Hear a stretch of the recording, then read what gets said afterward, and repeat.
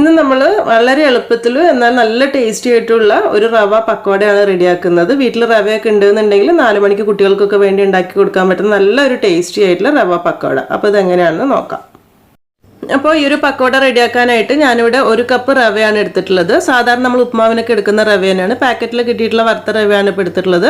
വറുക്കാത്തതാണെങ്കിലും കുഴപ്പമൊന്നുമില്ല, അങ്ങനെ തന്നെ എടുത്താൽ മതി. ഇനി ഇതിലേക്ക് ഒരു പച്ചമുളക് വളരെ ചെറുതായി മുറിച്ചത് ഇട്ട് കൊടുക്കാം. അതുപോലെ തന്നെ ഒരു ചെറിയ പീസ് ഇഞ്ചി വളരെ ചെറുതായി മുറിച്ചത് ഇട്ട് കൊടുത്തിട്ടുണ്ട്. പച്ചമുളകും ഇഞ്ചിയും കൂടെ വേണമെങ്കിൽ ഒന്നെങ്കിൽ ചതച്ചിട്ട് ഇട്ട് കൊടുത്താലും മതി. ഇങ്ങനെ ഇടയ്ക്ക് കടിക്കുന്ന പ്രശ്നം ഉണ്ടെങ്കിൽ പിന്നെ ഒരു ഇത്തിരി കറിവേപ്പില ചെറുതായി മുറിച്ചത് ഇട്ട് കൊടുക്കാം. ഒരു അത്യാവശ്യം വലിയ ഒരു സവാള ചെറുതായിട്ട് മുറിച്ചെടുത്തിട്ടുള്ളതാണിത്. ഒരു 2-3 ടേബിൾ സ്പൂൺ മല്ലിയില വളരെ ചെറുതായി മുറിച്ചെടുത്തിട്ടുള്ളത്. ഉണക്കമുളക് ചതച്ചത് കയ്യിലുണ്ടെങ്കിൽ അതൊരു ടീസ്പൂൺ ഇട്ട് കൊടുക്കാം. ഒരു 1/2 ടീസ്പൂണിൻ്റെ അടുത്ത് വലിയ ജീരകം ഒന്നങ്ങ് ചതച്ചെടുത്തിട്ടുള്ളതാണ്. വലിയ ജീരകം ഒരുപാട് കൂടുതൽ വേണ്ട, ഒരു ചെറിയൊരു ഫ്ലേവർ മാത്രം കിട്ടിയാൽ മതി. ഒരു 1/2 ടീസ്പൂൺ മുതൽ 1 ടീസ്പൂൺ വരെ ചെറിയ ജീരകം ഇട്ട് കൊടുക്കുക. ഫ്ലേവർ കൂടുതൽ ഇഷ്ടമാണെങ്കിൽ 1 ടീസ്പൂൺ തന്നെ ഇട്ട് കൊടുക്കുക കേട്ടോ. ശരിക്കും ചെറിയ ജീരകം ഉണ്ടെങ്കിൽ നല്ലൊരു ടേസ്റ്റ് തന്നെയാണ് ഇതിന്. ആവശ്യത്തിനുള്ള കുറച്ച് ഉപ്പ് കൂടെ ഈ സമയത്ത് ഇട്ട് കൊടുക്കണം. ആദ്യം ഇതൊന്നങ്ങ് മിക്സ് ചെയ്തെടുക്കണം. ഈ സമയത്ത് കായത്തിൻ്റെ പൊടി കയ്യിലുണ്ടെന്നുണ്ടെങ്കിൽ 2 പിഞ്ച് കായപ്പൊടി കൂടെ ഇട്ട് കൊടുക്കാം. പിന്നെ അതുപോലെ ഇതിലേക്ക് നമ്മൾ മഞ്ഞൾപ്പൊടി, മുളക് പൊടി, വേറെ മസാലപ്പൊടികളൊന്നും ചേർക്കുന്നില്ല കേട്ടോ. ഈ സമയത്ത് തന്നെ ഇതിലേക്കൊരു 1 ടേബിൾ സ്പൂൺ അരിപ്പൊടി കൂടെ ചേർക്കുന്നുണ്ട്. പത്തിരി, അപ്പം, ഇടിയപ്പത്തിനൊക്കെ എടുക്കുന്ന അരിപ്പൊടി ഉണ്ടല്ലോ, ഇതുകൂടെ ഉണ്ടെങ്കിൽ കുറച്ചുകൂടി ഒരു ക്രിസ്പി കൂടുതൽ കിട്ടാൻ വേണ്ടിയിട്ടാണ്. റവ ഓൾറെഡി നമുക്ക് ക്രിസ്പി കിട്ടും, എന്നാലും ഉണ്ടെങ്കിൽ ഒരു 1 ടേബിൾ സ്പൂൺ അതും ഇട്ട് കൊടുക്കാം. ഇനി ഇതിലേക്കൊരു 1/2 കപ്പ് തൈരാണ് എടുത്തിട്ടുള്ളത്. അധികം പുളിയില്ലാത്ത തൈരാണ്. അപ്പോൾ നമ്മൾ എടുക്കുന്ന തൈര് നല്ല പുളി കൂടുതലുണ്ട് എന്നുണ്ടെങ്കിൽ ഒരു 1/4 കപ്പ് തൈര് എടുത്തിട്ട് ബാക്കി പച്ചവെള്ളം ചേർത്തിട്ട് കുഴച്ചെടുത്താൽ മതി. കാരണം ഒരുപാട് പുളിയായി കഴിഞ്ഞാൽ അത്ര ടേസ്റ്റ് ഉണ്ടാവില്ല. ഇപ്പോൾ ഞാനിവിടെ 1 കപ്പ് റവ എടുത്ത സമയത്ത് 1/2 കപ്പ് തൈര് തന്നെയാണ് കേട്ടോ എടുത്തിട്ടുള്ളത്. പിന്നെ ഇതിലേക്ക് ഇനി നമ്മുടെ കയ്യിൽ ഫ്രോസൺ ഗ്രീൻ പീസ് ഉണ്ട് എന്നുണ്ടെങ്കിൽ അതൊരു 1-2 ടേബിൾ സ്പൂൺ ഇട്ട് കൊടുക്കുക. ഒരുപാടായി പോകരുത്, ഇടയ്ക്കൊന്ന് കടിക്കാൻ വേണ്ടിയിട്ട് മാത്രം. അപ്പോൾ ഫ്രോസൺ ആയിട്ടുള്ളത് കയ്യിലുണ്ടെങ്കിൽ മാത്രം ഇട്ട് കൊടുത്താൽ മതി. അല്ലാന്നുണ്ടെങ്കിൽ റവ, ഉള്ളി ചേർത്ത് മിക്സ് ചെയ്ത് പക്കോട ഉണ്ടാക്കിയാൽ തന്നെ നല്ല ടേസ്റ്റ് ആയിരിക്കും. ഇത് ഇനി എല്ലാം കൂടെ ഒന്ന് മിക്സ് ചെയ്തിട്ട് കൈ ഉപയോഗിച്ചിട്ട് നന്നായിട്ട് കുഴച്ചെടുക്കുക. ഈ സമയത്ത് ആവശ്യത്തിനുള്ള പച്ചവെള്ളവും കൂടെ ചേർത്തിട്ട് വേണം കുഴച്ചെടുക്കാനായിട്ട്. ഏകദേശം ഒരു 1/2 കപ്പ് അല്ലെങ്കിൽ ഒരു 1/4 കപ്പിൻ്റെ അടുത്ത് വെള്ളം നോക്കിയിട്ട് ഒഴിച്ചു കൊടുത്താൽ മതി. അതായത് മിക്സ് ചെയ്തെടുക്കുന്ന സമയത്ത് ഈ ഒരു രീതിയിൽ ഉണ്ടാവണം.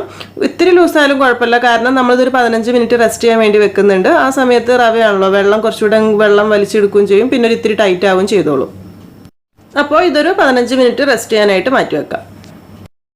ഇപ്പോൾ ഇത് ഫ്രൈ ചെയ്യാനായിട്ടുണ്ട്. നമ്മൾ ആദ്യം മിക്സ് ചെയ്ത് വെച്ചതിനേക്കാൾ കുറച്ചുകൂടെ ടൈറ്റായി വന്നിട്ടുണ്ട് കേട്ടോ.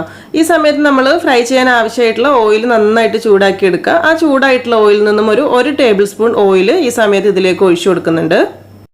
ഓയിൽ ചേർത്ത് കഴിഞ്ഞിട്ട് മൊത്തത്തിൽ നന്നായിട്ടൊന്ന് മിക്സ് ചെയ്തെടുക്കണം. ഇനി ഈ സമയത്ത് നമുക്ക് വേണമെന്നുണ്ടെങ്കിൽ ഒരു നുള്ളു സോഡാപ്പൊടി കൂടെ ചേർത്ത് കൊടുക്കുക. സോഡാപ്പൊടി ചേർക്കുന്നുണ്ടെങ്കിൽ അതായത് ഫ്രൈ ചെയ്യുന്നതിന് തൊട്ട് മുമ്പ് ചേർത്താൽ മതി, ആദ്യം ചേർക്കേണ്ട ആവശ്യമൊന്നുമില്ല.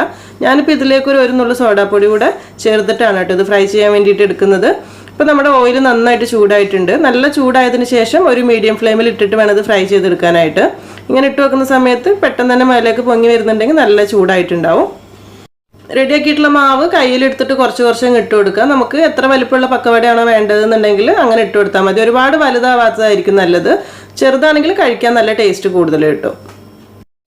ഇതൊരു മീഡിയം ഫ്ലെയിമിൽ ഇട്ടിട്ട് വേണം ഫ്രൈ ചെയ്തെടുക്കാൻ. ഹൈ ഫ്ലെയിമിലായാൽ പെട്ടെന്ന് കളറ് മാറുകയും ചെയ്യും, ഉള്ളിൽ കറക്റ്റ് വെന്ത് കിട്ടൂല. അതുപോലെ തന്നെ വളരെ ചെറിയ തീയിലിട്ട് കഴിഞ്ഞാൽ ഒരുപാട് ഓയിൽ കുടിക്കുന്ന പ്രശ്നം വരും. അപ്പോൾ ഒരു മീഡിയം ഫ്ലെയിമിൽ ഇട്ടിട്ട് അങ്ങ് ഫ്രൈ ചെയ്തെടുത്താൽ മതി. ഒരു ഭാഗം റെഡി ആവുന്ന സമയത്ത് തിരിച്ചും മറിച്ചു വിട്ടിട്ട് അങ്ങ് ഫ്രൈ ചെയ്തെടുക്കാം.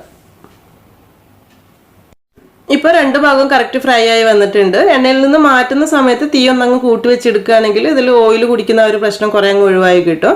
റെഡിയാക്കിയിട്ടുള്ള ഈ ഒരു പക്കോട നമുക്കൊരു സ്ട്രെയിനറിലേക്ക് എടുക്കാം. നമ്മളിപ്പോൾ 1 കപ്പ് റവ വെച്ചിട്ടുണ്ടാക്കിയിട്ടുള്ള ആ ഒരു മാവ് കൊണ്ട് ഒരു 2-3 ബാച്ചായിട്ട് ഇതുപോലെ ഫ്രൈ ചെയ്തെടുക്കാനുണ്ടാവും. അപ്പോൾ ബാക്കിയുള്ളത് ഇതുപോലെ തന്നെ അങ്ങ് ഫ്രൈ ചെയ്ത് റെഡിയാക്കി എടുക്കാം. ഇപ്പോൾ ഇവിടെ 2ാമത്തെ ബാച്ചും റെഡി ആയിട്ടുണ്ട്. അത് നമുക്ക് എണ്ണയിൽ നിന്ന് മാറ്റിയെടുക്കണം.